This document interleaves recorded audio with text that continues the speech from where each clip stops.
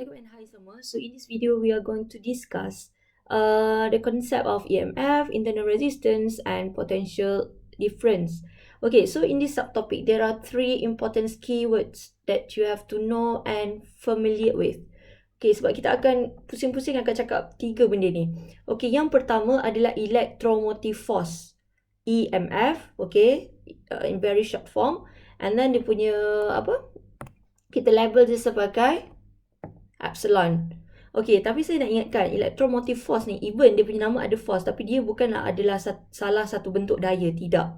Okay, itu you have to remember. So what is the EMF? Energy provided, okay, energy provided by the source ataupun battery, senang cerita, to each unit of charge that flow through the internal and external resistance. Resistor lah maksudnya. Okay, kat sini. Sorry typo sikit. Okay, resistor. Maksudnya energy yang bateri berikan kepada the whole circuit supaya charge boleh melalui internal dan juga external. Okay? Okay, contohnya lah kalau kita refer kan. Ini positive terminal bateri kita. Sorry, kita pakai warna lain lah Okay, ini positive terminal kita, ini negative terminal kita. And then kita tahu elektron, okay, elektron akan flow. Okay, for example from, okay, I letak kat sini C. Okay, from point C to B. So, the electron need energy. So, siapa yang bagi energy tu? Battery lah. Okay, sama juga kalau sampai sini, okay, charge nak lalu kan? Okay, charge nak lalu. Pass to the external. Siapa yang perlu bagi energy tu? So, battery lah yang bagi. So, energy which come from the battery, we call it as the electromotive force. That's why I remember, you have to remember, even though the name of EMF got force, tapi dia bukanlah force, dia adalah energy. Okay, and then the second thing is terminal voltage. Okay, terminal voltage ataupun terminal potential lah. Can be both. Okay, voltage or potential. We denote dengan capital V. So it is actually work done in bringing a test charge. Okay, work done in bringing a test charge from negative to positive terminal of the battery through the external resistor only. So maksudnya terminal voltage ataupun potential we just consider outside the battery. Okay, contohnya sekarang ini adalah you punya battery kan, the whole this one. Ni semua is a battery. Okay, so sekarang terminal voltage, terminal potential ataupun voltage just consider to bring work done yang diperlukan to bring the test charge daripada negative, okay, daripada negative part to this part, maksudnya outside the battery. Inside tu kita tak kira. Okay, itu kita nama sebagai terminal potential ataupun terminal voltage. And then the last keywords is the internal resistance and we label as a small r. So what is the internal resistance? Resistance of the chemical inside the battery ataupun cell between the poles. Okay, kita tahu dekat dalam bateri ni kita guna electrolytes. Kalau you belajar kimia, okay, you know that what is the electrolytes. It's just like liquid, okay? Okay, so dia ada dalam bateri tu. So, that's electrolyte got their own resistance. That's we call it as the internal resistance. Okay?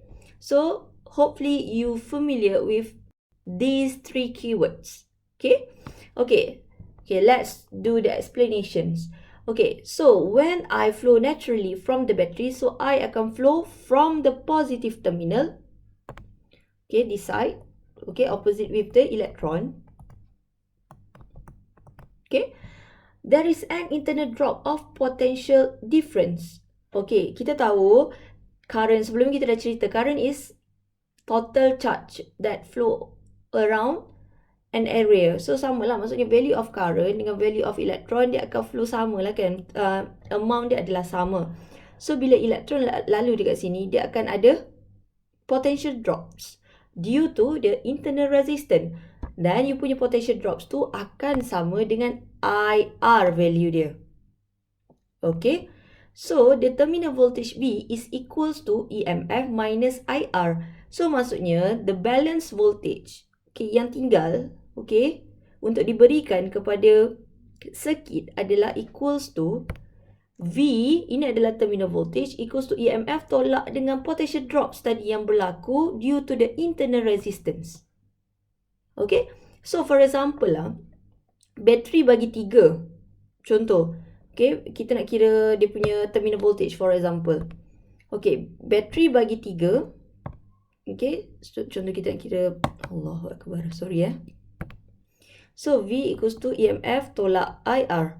Okay, you nak kira terminal voltage, contohlah bateri you bagi 3 volt. Tapi ada berlakunya potential drops due to the internal resistance IR. Contohlah, I letak 0.1. So, the balance, okay, voltage ataupun energy yang you bagi pada circuit adalah 2.9. So, yang keluar ni, yang tinggal 2.9 lah.